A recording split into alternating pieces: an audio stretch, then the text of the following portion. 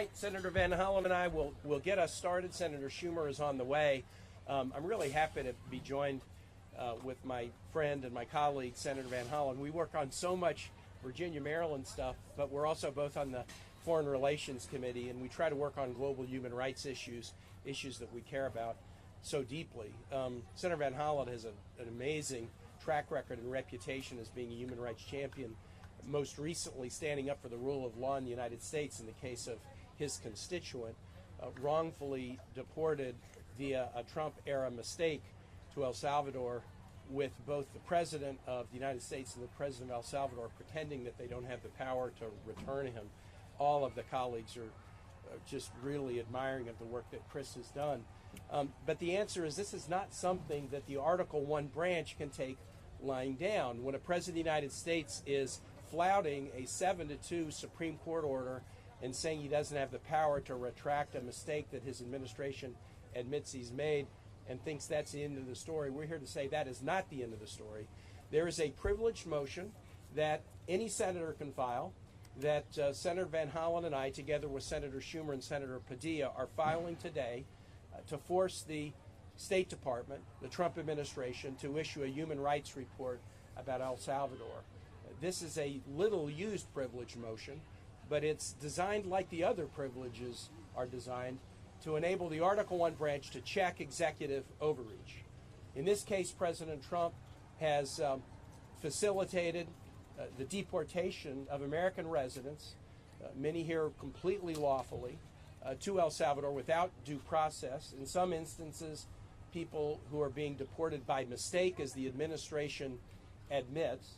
And the president has even gone beyond this and said that he would like to cut a deal to send U.S. citizens to be imprisoned in El Salvador.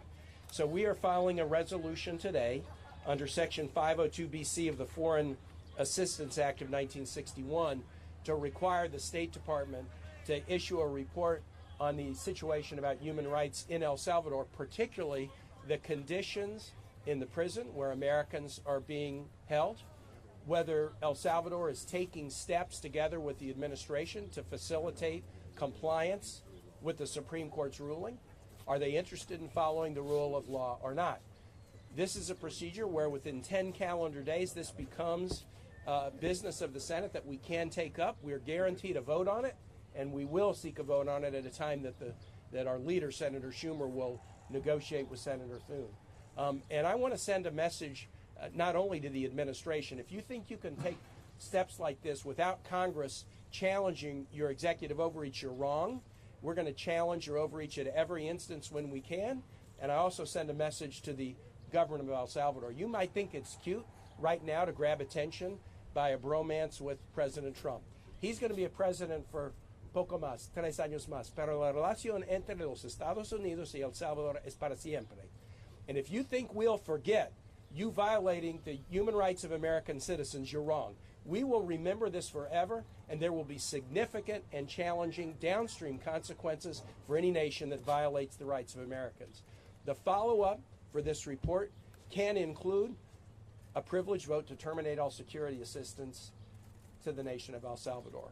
Whether or not that's the will of the body, we'll see what the report has, but we're going to put all of our colleagues on the record. If Americans are being sent in violation of the rule of law to El Salvador, we should all want to get a human rights report to see whether this nation is following the rule of law or not.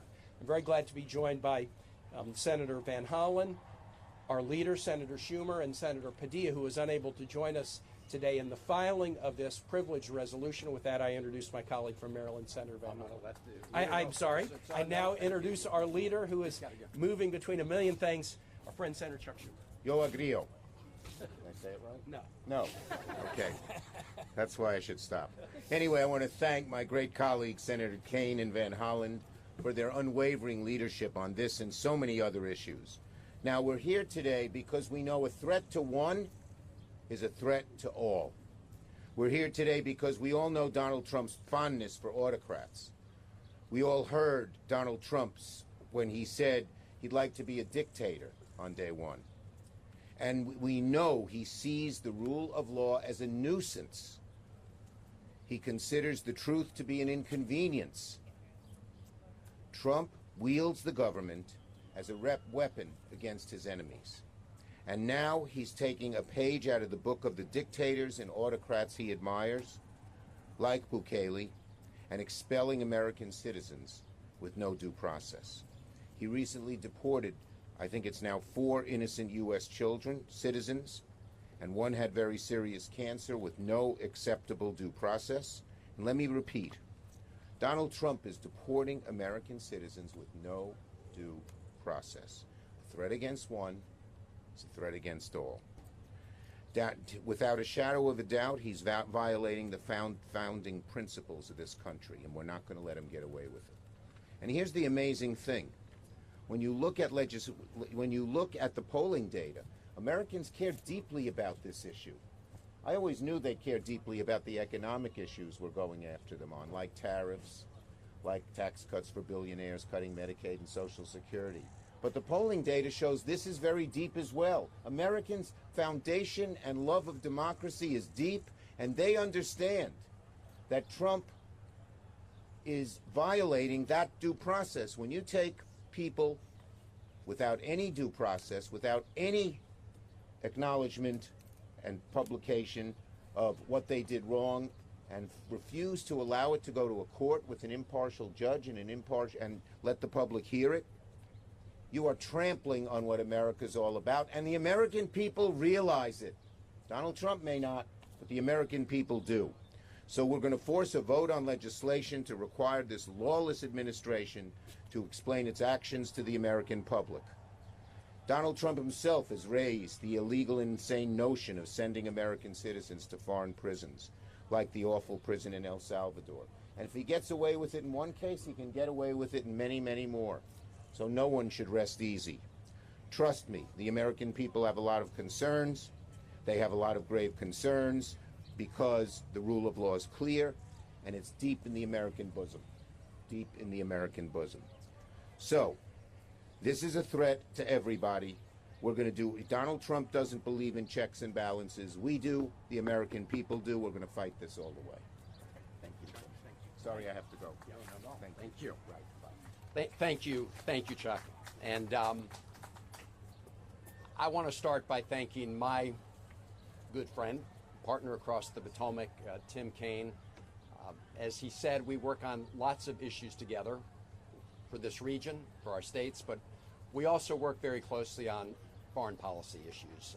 And there's nobody who knows the Western Hemisphere and Latin America better than Senator Tim Kaine.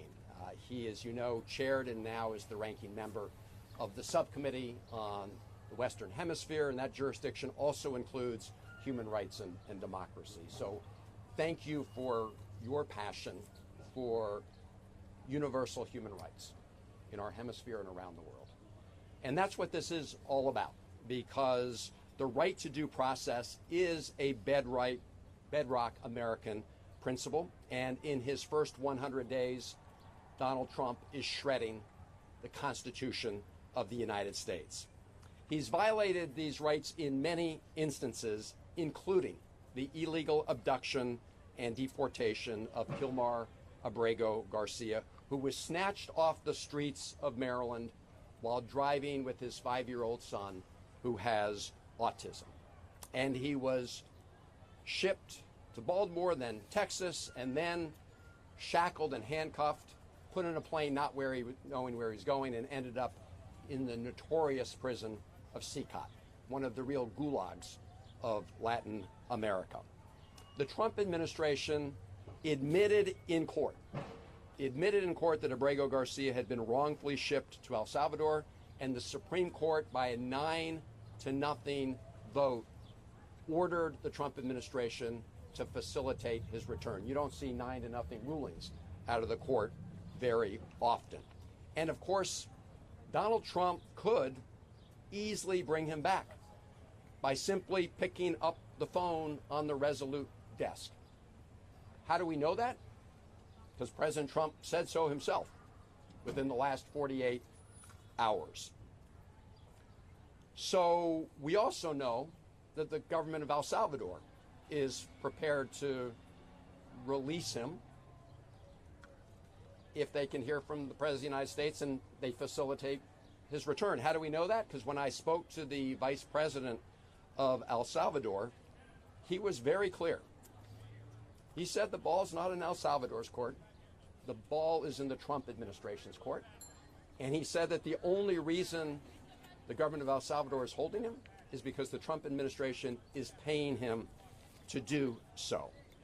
So Donald Trump should stop trampling on constitutional rights of people who reside in America, and the government of El Salvador should stop conspiring with the Trump administration to violate the constitutional rights of those who reside in America, including Abrego Garcia and others. President Bukele and El Salvador are complicit in this illegal scheme. This is a cash for collusion deal. Not surprisingly, Donald Trump chose President Bukele as his co-conspirator in this effort. President Bukele has referred to himself as the world's, quote, coolest dictator. When I traveled recently to El Salvador, I met with many Salvadorian human rights groups who described the gross violations of human rights and due process in El Salvador by President Bukele and his government. And the 2023 State Department Human Rights Report found that in Bukele's prisons, there were credible reports of, and I'm quoting, torture and other cruel, inhuman, or degrading punishment. They went on to say in that report that that degrading, inhuman punishment includes beatings with batons, electric shocks on wet floors to shock an entire cell, overcrowding, underfeeding, and life-threatening medical neglect. That was the 2023 State Department Human Rights Report. No one can communicate with Abrego Garcia or others in those prisons of El Salvador either. Not his wife, not his mother, not his lawyer. That is a violation of international law. And yet, that is where the Trump administration dispatched this person because of an administrative error. And now we've learned that the Trump administration wants to excise those provisions from the Human Rights Report regarding prison conditions and actually give El Salvador preferential treatment. So that's why we're introducing this resolution today. And again, I want to thank my friend and colleague, Senator Kaine. I want to thank Senator Schumer, Senator Padilla, and our House colleagues. We're doing this both to require the Trump administration to answer for its unconstitutional violations of due process and send a message to President Bukele that no, it is not cool to collude with Trump to deprive people living in America the right to due process. Donald Trump, he may want to adopt El Salvador's approach to violating human rights, but we don't. We will not model our judicial system on El Salvador's kangaroo courts. In addition to this resolution, I've called upon all Americans who care about their due process rights to vote with their feet. Don't go to El Salvador as tourists, so long as the government of El Salvador is violating the constitutional rights of people who reside in America. There are lots of other nice countries in the region, like Costa Rica or Guatemala or others. I've also called upon states to divest pension fund holdings from companies that do business in El Salvador, and I was pleased to see Governor Pritzker of Illinois announce he planned to do that. And finally, stay tuned, because Senator Kaine and I, along with Senator Schumer and others, are planning to also introduce sanctions legislation targeting President Bukele and all those who are part of his government conspiring with Donald Trump to deprive residents of the United States of their constitutional rights. And thank all of you for being here. And again, thanks to my friend Tim Kaine for all his leadership on this and so many issues. Thank you. We'll now open it up for questions. Again, just to remind that Senator Padilla is also a co-sponsor of the resolution we're introducing today.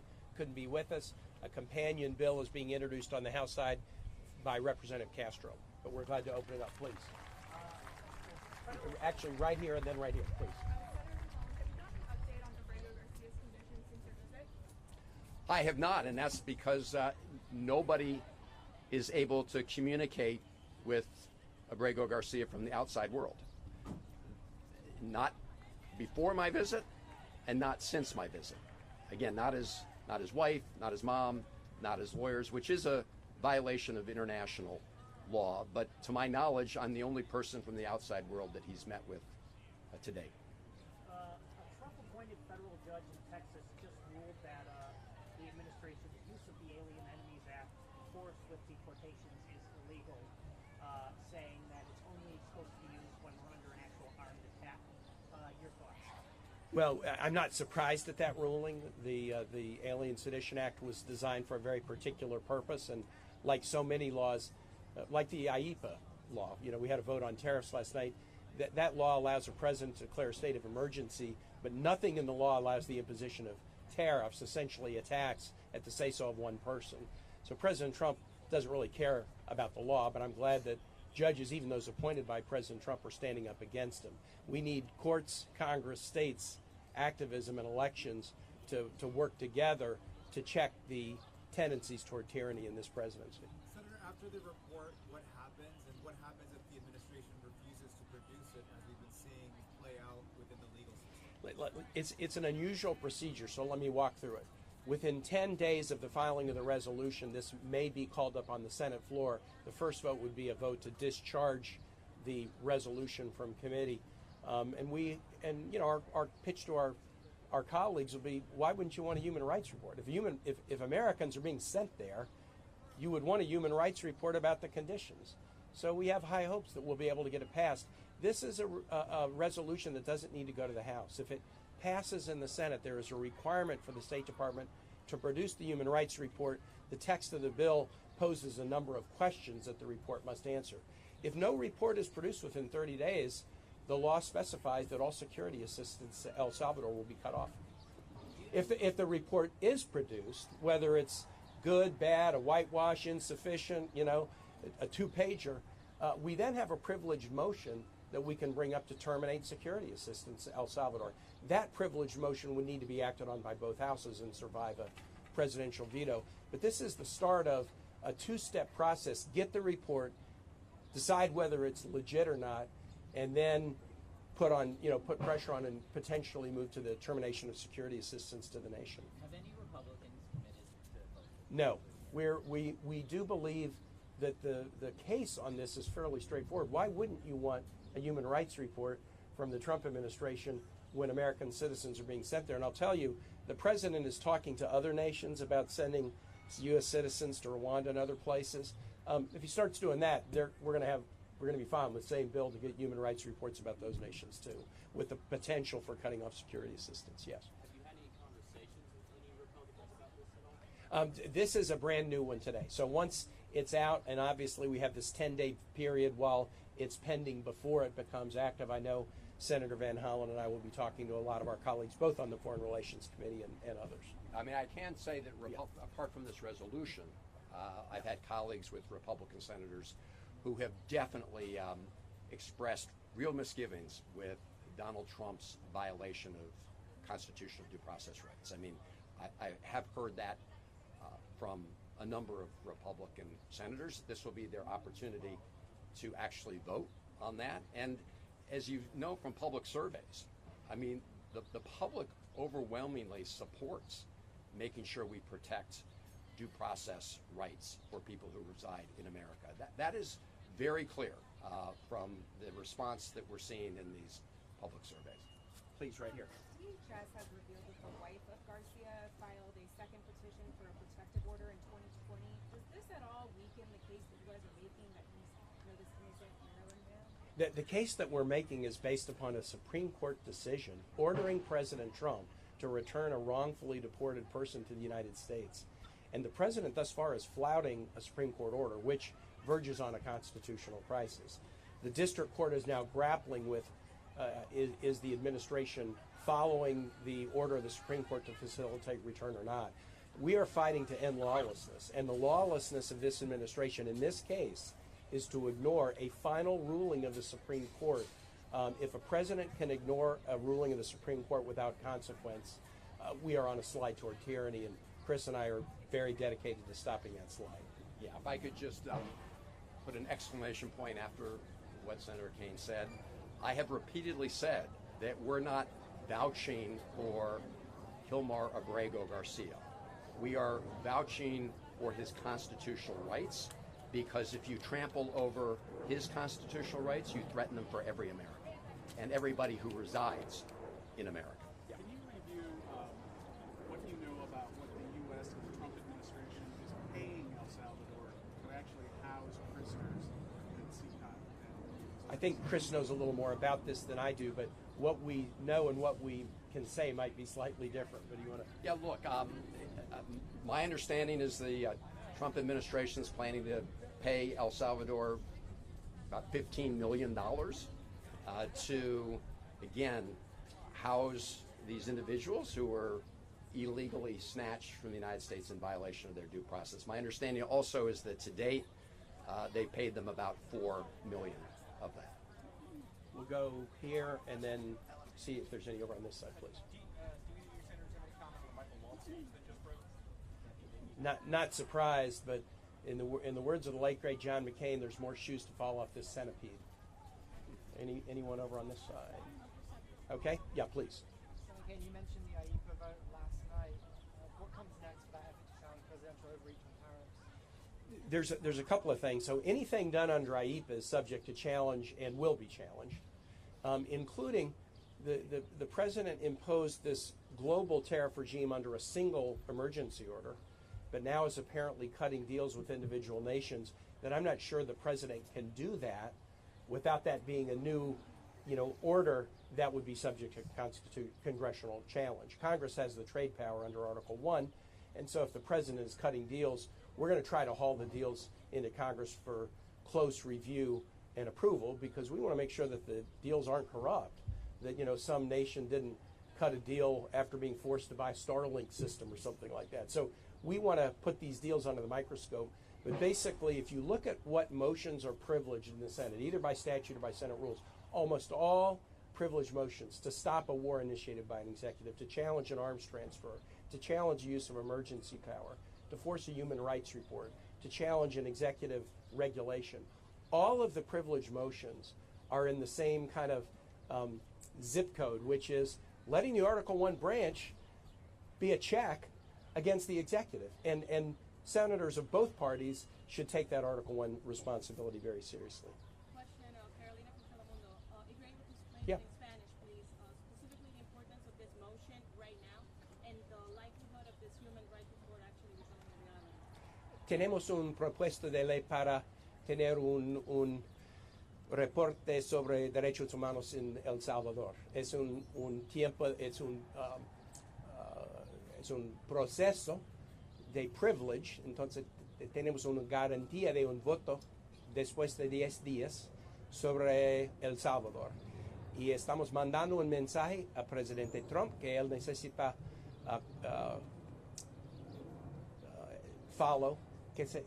seguir la ley. Y también estamos mandando un mensaje al presidente Bukele que no vamos a olvidar si el gobierno de El Salvador está rompiendo los derechos humanos de americanos. Vamos a tener un voto en 10 días y después de este voto es posible que vamos a cortar todos los recursos para seguridad para El Salvador si ellos no siguen la ley americana. All right, thanks so much. Thank you. Okay, thank you. Yeah.